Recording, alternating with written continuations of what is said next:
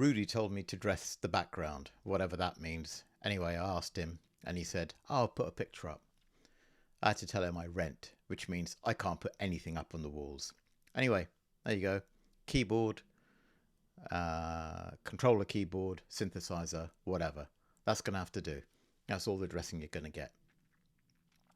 Back in the old days, there was this concept called time to triangle. It probably still exists. And it's the programmer idea of going from a machine that you don't know, an architecture that you don't know, to a triangle on the screen. And it's a nice achievement. And for me, right now, that's time to sprite. And with Godot engine, you can get to time to sprite in seconds. It took me a few minutes, but come on, give me a break. I'm 55. It takes me a long time to do anything, including getting up in the morning, even though I get up ludicrously early. So time to sprite, no time at all. What was I going to do? Make something really, really simple.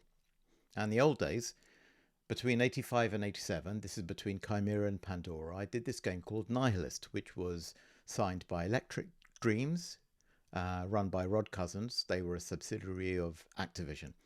And they loved it. It was on the Spectrum, and it was monochrome, and it was... okay, it was a rip-off of Paradroid, but a really bad one. But the tech for a Spectrum was astonishing at the time, and a few companies wanted to license it. And like an idiot, I said no. I want to use it myself. I just license it, you know. Should have done that. Anyway, didn't do that. Game came out, and one nice review, I think, said that somebody's had a really good crack at Paradroid on the Spectrum. Anyway, it was not a really good crack. It was good tech. So why do I mention this? Because I want to start from first principles. And first principles means monochrome, because I don't want to get distracted by color, and tiles, 2D, overhead, the simplest thing I can possibly do.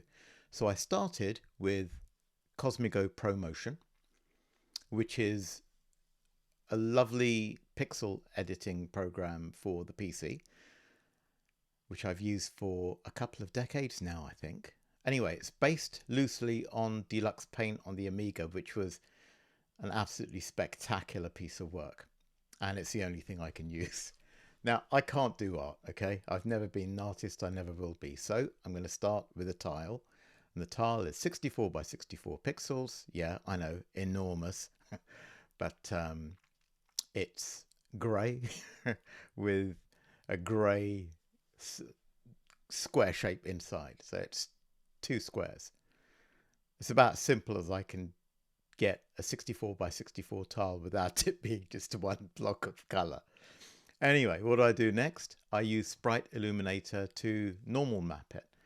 And I use that despite my proclamation to keep things simple, because normal mapping is the easiest, cheapest way for me to get quite a large variety of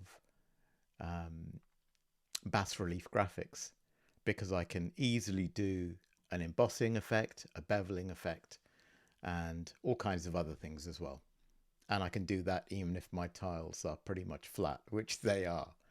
So I did that, chucked that into Godot, and stuck a light in, stuck an occluder in, and we're off to the races. So that's good. Simple tile, simple normal map, simple light, and now I have instant 2D monochrome atmosphere. So the next step will be for me to create a map, and then perhaps import the sprites from the Commodore 64 version of Pandora. What will I do with those? I'll probably strip out the shadows, won't need those because the light in Godot will take care of that. And I don't think I'll bother normal mapping those for now. Get those moving around with collision and shadowing and so on, and then perhaps have some robot enemies or something, and we'll take it from there. And that's it for today. I'm happy with progress, even though we're only talking about in total an hour or two of work, most of which was trying to work out how Godot handles sprites, normal maps, and 2D lights and shadowing. See you soon.